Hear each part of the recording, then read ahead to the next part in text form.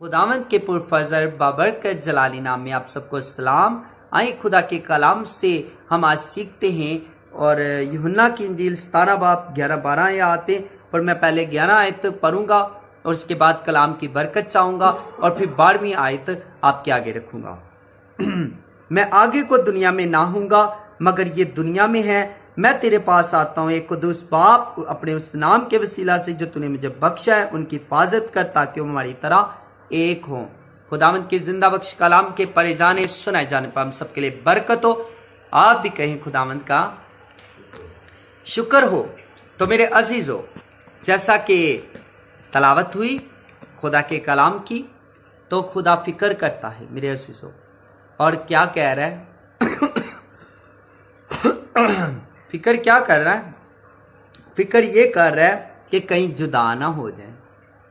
इनमें जो मैंने एकता भरी है कहीं वो खत्म ना हो जाए।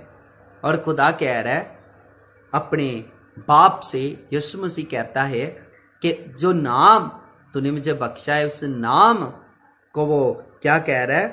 फिर एक बार पढ़ देता हूं। जो तूने मुझे बख्शा है उनकी हिफाजत कर। जो नाम तूने मुझे बख्शा है ना, उनकी हिफाजत कर। अपना नाम आगे रख रहा है बाप के, और बाप को कह रहा है इनकी हिफाजत कर ताकि हमारी तरह एक ही रहे। क्योंकि याद रखे जो बुरी अरवा रूह है वो एक रहने नहीं देगी। आज का कलाम उनके लिए जो अपनी फैमिली से नाराज हो चुके हैं, उनसे है जो अपनी बीवी को तलाक देना चाहते हैं, उनसे है जो घरों में जो है जिन जिन घरों में लड़ाई झगड़े हो रहे हैं और जुदाई हो चुकी है, रिलेशन खराब हो चुके हैं, ज़रूर है बहाल करो। क्योंकि खुदावंद यीशु मसीह एकता को पसंद करता है और वो चाहता है हम एक हो। आइए ज़रा मज़ीद इस बात पर गौर करते हैं। 12वीं आयत, और यीशु मसीह कह रहा है जब तक मैं उनके साथ रहा मैंने तेरे उस नाम के वसीला से जो तूने मुझे बख्शा उनकी हिफाजत की। याद रखे यीशु मसीह जब तक इस दुनिया में रहे, खुदावंद यीशु मसीह ने हिफाजत की, प्रोटेक्ट बन के रहा, सेवियर बन के रहा, यानी कि हिफाजत की, जैसे कि उर्दू का जो आता है बाइबल में लिखा। तो फिर आगे मैंने उनकी निगहबानी की। निगहबानी की यानी कि ख्याल भी रखे। निगहबानी की ख्याल रखा कि कितने भुखा तो नहीं। कहीं ये आप देख सकते हैं खुदा ने किस तौर से निगहबानी की कि जब हम देखते हैं कि 5 रोटियों में और 2 मछलियों में खुदा बरकत डालता है। आपके सामने है ये वाकिया और आपको पता है, आई नो, पर मेरा टॉपिक आज एकता है इसलिए मैं हवाला नहीं दूंगा इसका, ठीक है।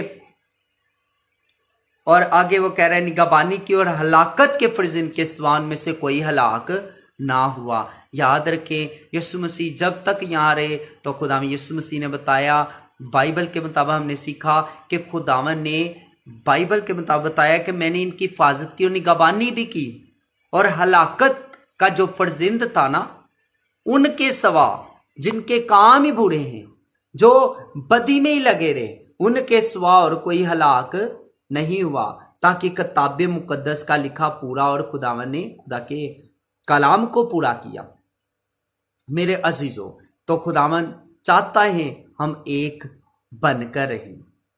बाइबल में लिखा है, अगर आप मजीद इस खुदा के कलाम का मतालिया करते हैं तो आए जरा गौर करते हैं। मत्ती की इंजील मेरे साथ निकालें। तो ये टॉपिक जो है एकता का, तो वैसे तो ख़त्म ही नहीं हो सकता और एक की बात हो रही है जैसे कि चल रही है। तो मत्ती की इंजील 19 बाब 5 आयत, इस सबब से मर्द बाप से और माँ से जुदा होकर अपनी बीवी के साथ रहेगा और वो दोनों एक जिस्म होंगे। बस वो दो नहीं बल्कि एक जिस्म है। इसलिए जिसे खुदा ने जोड़ा है उसे आदमी जुदा ना करे। तो याद रखें, सम टाइम मर्द हजरात सुनते हैं तो सुनकर लड़ाई झगड़े हो रहे हैं। तो याद रखें, बुरी बातों पर कान ना लगाएं, अपने घर में लड़ाई को ना लाएं।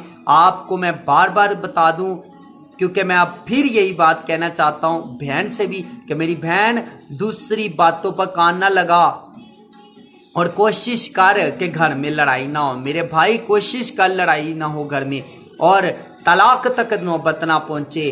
कोशिश करें मेरे अजीजों, क्योंकि खुदा चाहता है कि मियाँ बीवी एक रहें। फैमिली एक रहे। और फैमिली की बात करूं जहां, वहां मजीद इस बात पर गौर करते हैं तो यीशु मसीह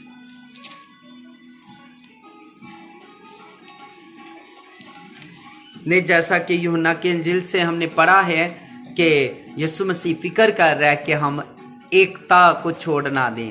और यीशु मसीह चाहता है हम सब एक रहें, और वो नहीं चाहता कि हम जुदा हों, हमारी ज़िंदगी में जुदाई की स्पिरिट आए ज़रा हवाला एक और नोट करते हैं, मत्ती की इंजील 18 बाब उसकी 20 आयत, क्योंकि जहां 2 या 3 मेरे नाम से जमा होंगे, यानी कि इकट्ठे हैं, 2 या 3 जमा इकट्ठे होंगे, मैं उनके बीच में क्या हूंगा, बीच में हूं।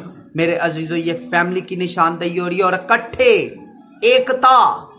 मेरे अजीजों याद रखिए, ये पाकिस्तान जो बना है हमारा, ये भी एकता की वजह से बना, यकजहती की वजह से बना है। और आप सब इस बात को जानते हैं, इतिहास गवाह है। इस पाकिस्तान को जो है तमाम मजहबों ने, जो है मजाहब ने वोट डाले, और फिर जाकर ये पाकिस्तान आज़ाद हुआ है। और आप सब इस बात को जानते हैं भली भांति मेरे अजीजों, और वो एकता थी। और आइए ज़रा मजीद आखिरी बात पर मैं वाइंड अप करूंगा। पौलुस रसूल भी इस बात को बयां करता है कि एकता को ना, और वो बड़ी करंथियों की मार्फत बड़ी खूबसूरत बात बयां करता है। 1 करंथियों 12 बाब उसकी 12, सुनो जरा, गौर करें, ये आखिरी है हवाला जात, इसके बाद मैं वाइंड अप कर दूंगा।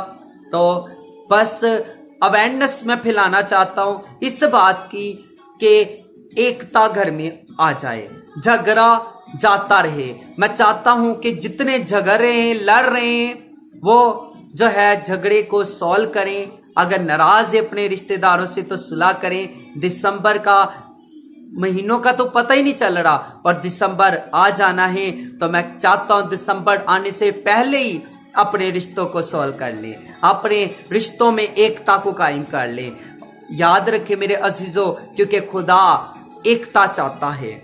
और फिर आगे हमने जैसा कि सीख रहे हैं पौलुस रसूल से भी, तो 1 करंथियों 12 बाब उसकी 12 है। तो पौलुस रसूल क्या कह रहा है, क्योंकि जिस तरह बदन एक है और इसके अज़ा बहुत से हैं, और बदन के सब अज़ा गो बहुत से हैं, मगर वहां मिलकर एक ही बदन है, उसी तरह मसीह भी है। क्योंकि हम सब ने, ख्वा यहूदी, ख्वा यूनानी, ख्वा गुलाम, ख्वा आज़ाद, एक ही रूह के वसीला से एक बदन होने के लिए बपतिस्मा लिया, हम सबको एक ही रूह पिलाया गया। याद रखो, फिर ए तफरीके क्यों मेरे अजीजों? अगर आपकी जिंदगी में तफरीके हैं तो इन तफरीकों को भी खत्म करें। और जरूर है, चाहे पेंटिकास्ट है, चाहे कैथलिक है, कोई भी और मिशन के जो है वो पासबान है, मसीहत की तलीम से अगरचे वो हटकर है, तो फिर वो फिर हमारा नहीं, पर जो मसीहत में है, यीशु मसीह का प्रचार करता है, उसके नाम से उसने बपतिस्मा लिया है, उसका रूह उस पर भी है, तो फिर क्यों जुदाइयां मेरे अजीजों? हम सब मिलकर जो है, याद रखे, बदन, जैसे कि वो क्या कह रहा है, क्योंकि जिस तरह बदन एक है और उसके अज़ा बहुत से, कह रहा है जिस तरह बदन एक है और उसके अज़ा बहुत से हैं। याद रखे मेरे अजीजों, तो ख्वा यहूदी हैं, चाहे यूनानी हैं, कोई भी हैं, पर अगरचे वो मसीह में है, तो हम क्या एक नहीं हैं? तो आज क्यों मेरे अजीजों हम अपने भाइयों के लिए उठ खड़े नहीं होते? क्यों आज मैं देखता हूं कि अगर कोई गरीब है तो उसकी मदद करने के लिए जो है दूसरा रिश्तेदार खड़ा नहीं होता? क्यों मोहब्बतें ठंडी पड़ती जा रही है मेरे अजीजों? क्योंकि आज खुदा से लोग दूर होते चले जा रहे हैं। जब आप खुदा के नजदीक होंगे तो यकीनन खुदा आपकी हिफाजत करेगा, और जो जुदाई की स्पिरिट है उसको दूर करेगा, और आप भी बाप यीशु मसीह और जो है खुदा की तरह एक होंगे, जो कहता है मैं और बाप अलहदा नहीं बल्कि एक हैं। फिर याद रखें आप भी यीशु मसीह की तरह एक हो जाएंगे। और पर तब ही जब आप अपने खुदा के साथ रिलेशन को मजबूत करेंगे। जब आपका रिलेशन खुदा के साथ मजबूत होगा तो जरूर है मेरे अजीजों, कोशिश करें घर में भी मामूल बनाएं एकता का। जैसा कि लिखा है जहां 2 या 3, तो कोशिश किया करें। चर्च के बाद भी कोशिश किया करें कि जरूरी नहीं होता कि संडे का दिन ही हमने खुदावंत को देना है। कोशिश किया करें घर में भी खुदावंत को टाइम दे, मिलकर इबादत करें। चर्च जाना है मिलकर चर्च जाएं, कोशिश करें बच्चों को भी लेके जाएं मेरे अजीजों, क्योंकि ये जिम्मेदारी है आपकी पूरी फैमिली को खुदा तलब करता है और पूरी फैमिली को चाहता है, और फैमिलियों को खुदा चाहता है कि वो एक हों।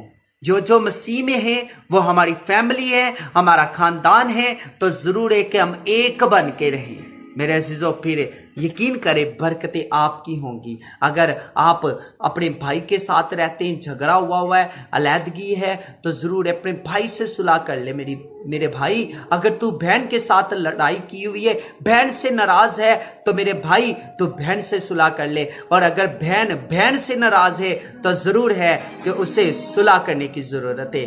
बाकी आज के कलाम से आई होप आप सबने बरकत पाई होगी, मेरा ईमान है।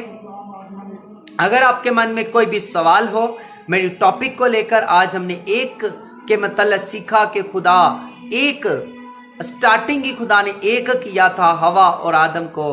और अफसोस से जब मैं सुनता हूं तलाकों की बातें, जब मैं देखता हूं उनमें जुदाई, तो मुझे बड़ा दुख होता है मेरे अजीजों। पर जिसने एक किया उसको कितना दुख होता होगा, यानी कि आपका खुदावंद यीशु मसीह मेरे अजीजों।